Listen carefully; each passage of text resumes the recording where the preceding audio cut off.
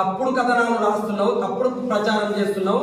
నీకు ఎంత దుర్మార్గం కింద పడినావు అంటే ప్రతిరోజు నా గురించే మాట్లాడుకోవాలి, నేను లంగనే అయినా సరే నా గురించే మాట్లాడుకోవాలనే దుస్థితికి చెలరేగినటువంటి వ్యక్తివి నీవు.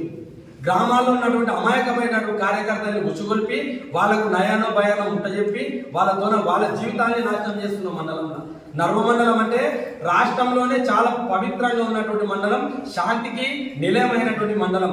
నీవు ఎప్పుడైతే నర్వమండలంలో రాజకీయాలు చేయడానికి వచ్చినావో డబ్బు వెదజల్లాలి, తప్పుడు పనులు చేయాలి, తప్పుడు కథనాలు రాపియాలి, నేను ప్రచారం రావాలని చెప్పి నీవు వచ్చిన ఈ 10 ఏళ్ళనే నర్వమండలాన్ని సర్వనాశనం పట్టించినావు, రాజకీయాన్ని భ్రష్టు పట్టించినావు.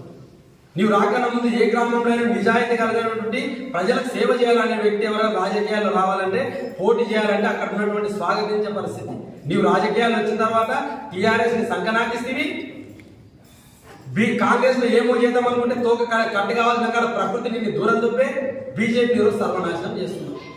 ఎప్పుడైనా సరే గుర్తుపెట్టుకో, ఖబర్దార్ లక్ష్మీకాంత్ రెడ్డి గారు, నీ వ్యవహారం ఇంత చూస్తా ఉన్నాం.